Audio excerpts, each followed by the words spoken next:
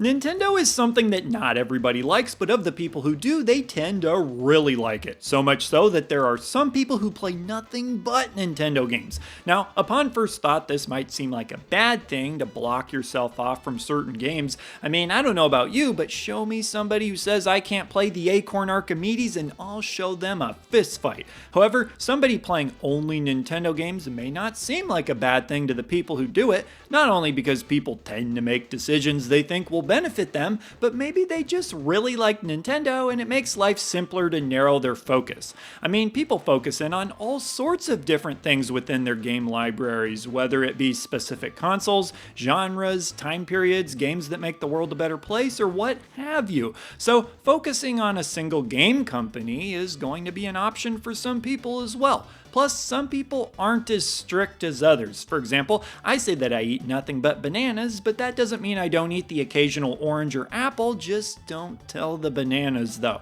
Also, you Sega fans can put down your weapons because I plan on doing a video like this for Sega as well. When it comes to people who play nothing but Nintendo games, the first question I always have is, okay, what is a Nintendo game? Yeah, a Mario game on a Nintendo console is a pretty obvious answer, but what about, say, a Sega game that's on a Nintendo console? Perhaps only Nintendo franchises are allowed though? Alright, then what about a Nintendo franchise, but the game is made by Sega? Ha ha, we got 'em! What did they do there? Well, like anything, it'll vary from person to person. Still, I think in just about any case, they'd likely start with the Nintendo franchise games, since that's likely the main driving force, and then how liberal they are from there will just depend. Alright, so besides just a general love for Nintendo, why is it that some people favor their games so heavily? I think in a lot of cases, nostalgia plays a big role. If you grew up playing and loving Nintendo games, and especially if you're a retro gamer now, then yeah, there's a lot of different Nintendo stuff to go back to. I mean, Nintendo has been around long enough at this point that people of all different ages could have nostalgia for it, but with different Nintendo consoles, that nostalgia is tied to. Heck, you could have a parent who loves the NES and whose child loves the DS. Few game companies have remained as relevant as Nintendo for so long, and no other company has been making hardware for quite as long, as much as a lot of us wish Sega was still making consoles. Of course, Nintendo's long line of handhelds is a big part of this as well. Pretty much every single one of these suckers made its mark on the video game world. In fact, it would probably be pretty hard to find somebody who is super into handhelds, but not the Nintendo ones. Plus, during some of the rough patches with Nintendo's home consoles, you may very well have had the handhelds to carry the torch in their place and keep somebody's love for Nintendo alive and kicking. The 3DS practically had to carry the Wii U on its back. So just by sheer numerical probabilities, you're going to have people who grew up with Nintendo games love those Nintendo games and continue to love those Nintendo games. Helping this all out is the fact that Nintendo has a lot of really big franchises. And how do franchises typically become big? That's right, by having some good games in those franchises. There's just a certain flavor to any big Nintendo franchise, and it's always felt like they all belonged in a family of sorts. Naturally, Nintendo seemed to think this as well, by putting a lot of their biggest characters together to participate in all the usual sort of family activities you'd expect. Kart racing, beating the crap out of each other, and screwing each other over in board games, just to name a few. I do find it interesting how Smash Bros. Initially started out as a strictly classic Nintendo characters game, and as it got more popular, decided to expand the roster by seeing how many Fire Emblem characters they could jam into it. Characters from other game franchises would make their way into Smash, which simultaneously made the game feel less Nintendo-y and more awesome at the same time. This makes me wonder how some of the I only play Nintendo folks feel about the direction of the game. Would they rather the game focus on Nintendo IPs, or do they appreciate the third-party support? And while we're talking about third-party support in Nintendo, yikes, let's talk about third-party support and Nintendo. Something Nintendo has both gotten dumped all over for and praised for depending on the console.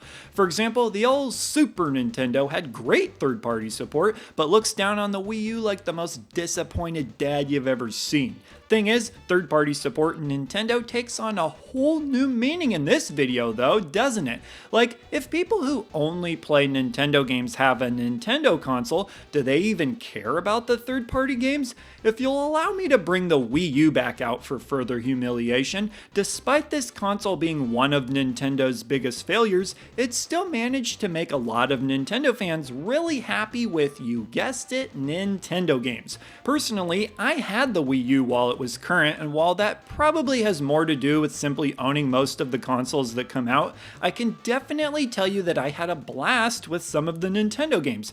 For example, Nintendo Land. For anybody who somehow has both the Wii U and friends, do yourself a favor and play the Mario Chase minigame on Nintendo Land with friends and thank me later. It's some of the most fun I've ever had playing local multiplayer. We're talking about the kind of laughter where you laugh so hard that it hurts. Alright, but let's talk about some of the games that appeared on Nintendo consoles from other developers. I think games definitely feel more like Nintendo games than others. For example, a lot of Rareware's stuff on N64 feels easier to identify as Nintendo games since they had a bit of a Nintendo flavor to them and were exclusive, at least at the time. But there's still some games that were exclusive at the time of release that don't feel Nintendo-ish at all, like Resident Evil Remake. You never see survival horror games on Nintendo consoles. You only sometimes see survival horror games on Nintendo consoles. I'd almost say there's games on non-Nintendo consoles that feel more Nintendo-ish than some games on Nintendo consoles. In fact, I would say that. So, does that mean Nintendo fans are missing out on those games? Perhaps so, but if these games exist on non-Nintendo consoles, then that would mean their research would have to take them outside of their comfort zone. And perhaps games just don't feel Nintendo-y enough to them unless they're on an actual Nintendo console regardless. Now, so far I've been using words like Nintendo-ish and Nintendo-y to describe Nintendo games, making it a fair question to ask, what does that mean? Well, people typically associate Nintendo with a more positive, colorful, family-friendly type of vibe. On the other end of things, the people who strongly dislike Nintendo will often label it as kiddie, which leads me to ask the question, why does the term kiddie have such a negative connotation? Do people hate kids or something? When I think of kid stuff, I think of things like bubblegum, water guns, pizza, soda, and fun. Basically everything in life that's good. And what about the opposite of kiddie? Let's call it adulty. What have we got there? Deadlines, bills, responsibility? Yeah, maybe we should start using the word adulty as an insult instead. Point is, I can understand why the Nintendo brand is one that makes some gamers feel good, even if you did want to include kiddie as part of that. Ultimately, I don't see much harm in somebody restricting themselves to just Nintendo games. I understand how some people might criticize them for being closed-minded, but when it comes to games, we all block ourselves off from certain things to make it simpler to focus on what we do play. Nintendo just happens to be something that people tend to have strong feelings about one way or the other. I do know that some people find Nintendo fans to be obnoxious, but everyone that I've ever met has been perfectly nice and have been around for a while. Not saying they don't exist, but that's been my experience. Okay, so for this video's question, in the spirit of preventing divisiveness, since I know not everybody likes Nintendo, I'm going to ask that the people who don't like Nintendo say what their favorite Nintendo game is, or what the best experience is that they've had playing a game on a Nintendo console. For the Nintendo fans, I want to hear if any of you out there actually are some of these people who only play Nintendo games. And if so, what is your reason for doing so? And does it match up with any of what I've said?